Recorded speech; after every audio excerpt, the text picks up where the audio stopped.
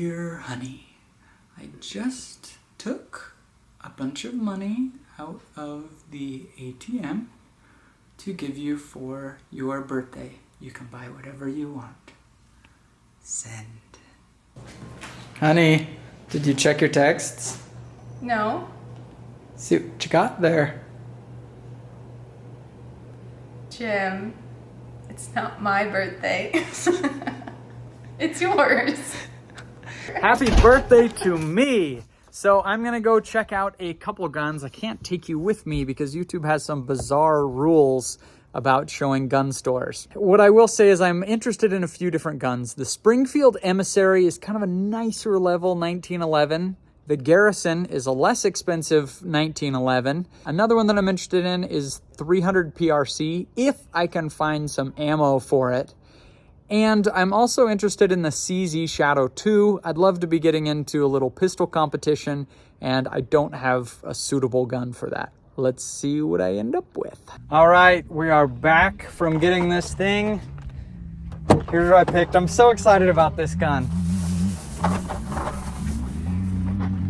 It is the Springfield Emissary. Here's why this is the gun that I'm most excited about, at least right now. It's been out for a few months, but you'll find it just, hitting availability now. The reason I'm excited about it is I wanted a little bit of a, nicer level 1911. And it looks so cool. I just really like the modern styling that they did with it. Hand grenade pattern on the grip and this squared off trigger guard, the squared off trigger right here. A little bit polarizing is this black glossy finish on the slide. I really like it. To me, it looks cool. It kind of reminds me of a G.I. Joe gun I had as a kid. So the styling for me really works, but some people aren't as much of a fan of it. In the hand, that grenade pattern just feels so good. It feels like that is just locked onto your hand. I'm excited about this. So let's shoot it now. This is in 45 ACP, and so I'm curious to see how the recoil does. Capacity on this sucker is 8 compared to 7 on a lot of more traditional 1911s. This thing's easy to load. Some of the pistols I've bought lately, because companies don't want to have any feeding issues, they're just putting such stiff springs into the magazines to just be a little bit of a cheat code to make sure everything loads well, that sometimes they're a pain to load. This one's pretty easy. As a bonus mention in this video, I got these Magpul sunglasses that are ballistic rated, and I've really liked them for shooting out during the summer. And Axel sent me these GS Extreme hearing protection. I've been out with them several times already, and I'll mention some things that I'm finding about them as we shoot today. This target, this is from Hammer Targets. This has been a constant problem of mine. I love shooting steel, but I often shoot just out in the desert instead of always going to, an official range. And so bringing the huge, heavy steel targets has been a pain. The other thing, as you can see if you look at the ground here, is I basically live on the surface of the moon, or the Mars, really. It's just so rocky here. And so I saw this from Hammer Targets at SHOT Show. And I was really interested because it looked like something I could just very easily chuck in my truck to bring some steel. This is angled down for safety. And the cool thing is this is a slide target. So you just whack it like this. And when I first saw it, I thought, it seems like a cool design, but this thing's gonna fall over. I know it will. Or be hard to drive into the ground. As soon as that fin kind of gets in so it can't spin, that thing is locked and that will not come out. Only thing I had is the cotter pin broke here, so I just put one of my own bolts in so the top doesn't spin. That thing's ready to go. That target has been great. All right, we're gonna take first shots with the Springfield Emissary. Nice.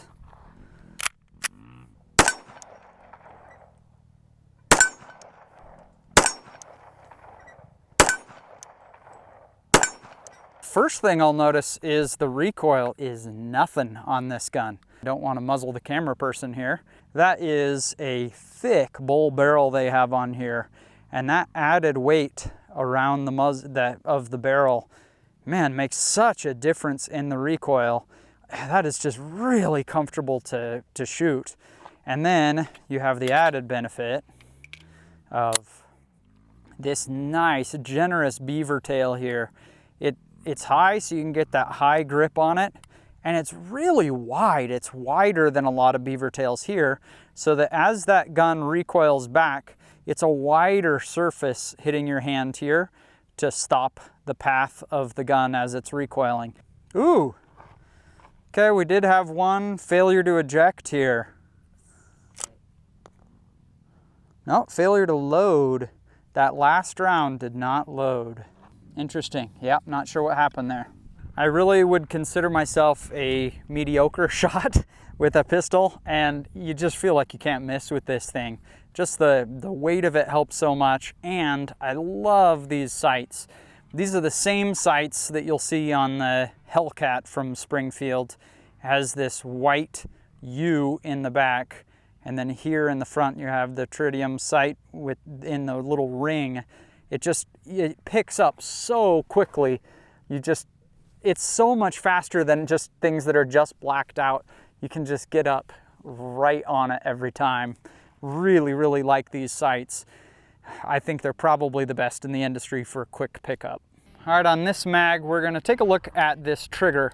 Obviously, 1911s are renowned for their trigger. It's one thing that I don't love just styling-wise, I don't know that it has anything to do with the functionality, is I love the squared off trigger, the actual blade of the trigger, really, really cool.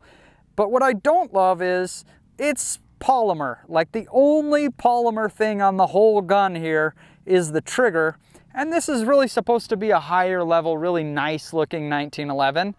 I don't know why they chose to do that, because Springfield uses a metal trigger blade on, for example, the Garrison and the Operator, a silver one with some holes there that I think looks really cool.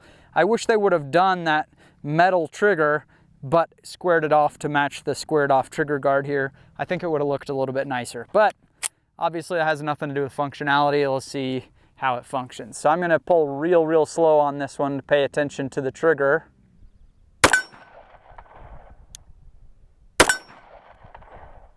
Okay.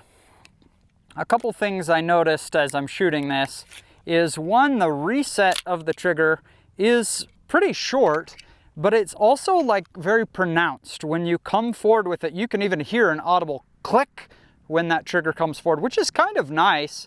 The trigger squeeze is short. There's a tiny bit of creep. If we were to like compare this to like a precision rifle, you can feel this tiny little before it goes off. But compared to most pistol triggers, this thing is really nice. One thing that is a little bit annoying for me is their non-ambi controls. You just have, for right-hand shooters, your safety and your slide lock. There's nothing on this side. It frankly looks a little bit naked since we have these punches coming across. Also, I shoot all the time with my son, who is a lefty, and so it'd be nice to have some ambi controls on there. At the same time, it keeps it from not hanging up so much if you were to carry this gun, and a 1911 really is a very safe choice for carry. If it's important to you, just notice that it doesn't have it. Okay, I'm gonna pause for a minute to talk about this Axle Ear Pro. I wanted to make sure I'm gonna give you guys a legit review of how this stuff does.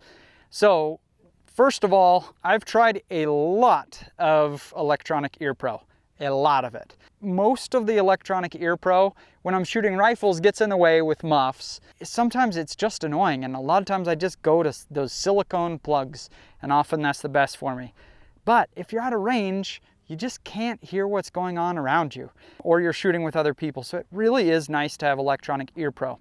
There are reviews online that have this using the little silicone clear tips that you put on. They have different tips that you pick from in the package, and it clearly says in bold in the directions, you can't use the little clear silicone ones for shooting. It's not enough protection. You need to use these. And so I saw a couple of reviews that said it wasn't enough protection, and then you watch it and they're using the clear silicone that it says in bold not to use. Battery life has been really, really good. I've probably been out shooting 5-6 times in these, and I haven't needed to charge it yet since when I first got it out of the package. The controls, it was a little bit tough at the start because it has 2 of these things, and I'd be reaching behind me trying to find the on-off switch, and I wasn't sure which one it was on. The hearing is really nice because almost every electronic ear pro I've used has auto gain. So as soon as you start shooting, it's like for a second, and then somebody talks, you can't hear it, and then the volume's up, and it's just in your way. It's just annoying. This, like, the gunshot is quiet, and somebody says a word immediately after, and you can hear it clearly. But if you want to support the channel and get really what I think is probably the best ear pro out there, check out these Axle earbuds. We do have on the sights here a nice decent angle, so that you really could do a one-handed cock on this gun without any problem. Also, the inclusion of a pick rail is very nice here. But if I were to say there were one thing on this gun that I just really think they should have changed to make it a more shootable gun, it's actually the mag release. The mag release is small, and even though these grips are pretty thin in profile, I have very average sized hands, and I just can't quite get there without adjusting my grip. I just have to adjust the grip enough. If you look on the Springfield Operator 1911, they have a little groove right here so that you can reach the mag release without adjusting that grip. That if you are wanting to go one mag to the next quickly, it's just that thing. It's a little bit less convenient, in my opinion, at least for my hands. Thank you for celebrating my birthday with me with the Springfield Emissary. I am pretty excited about this gun. I think this one's gonna last in the collection for a long time.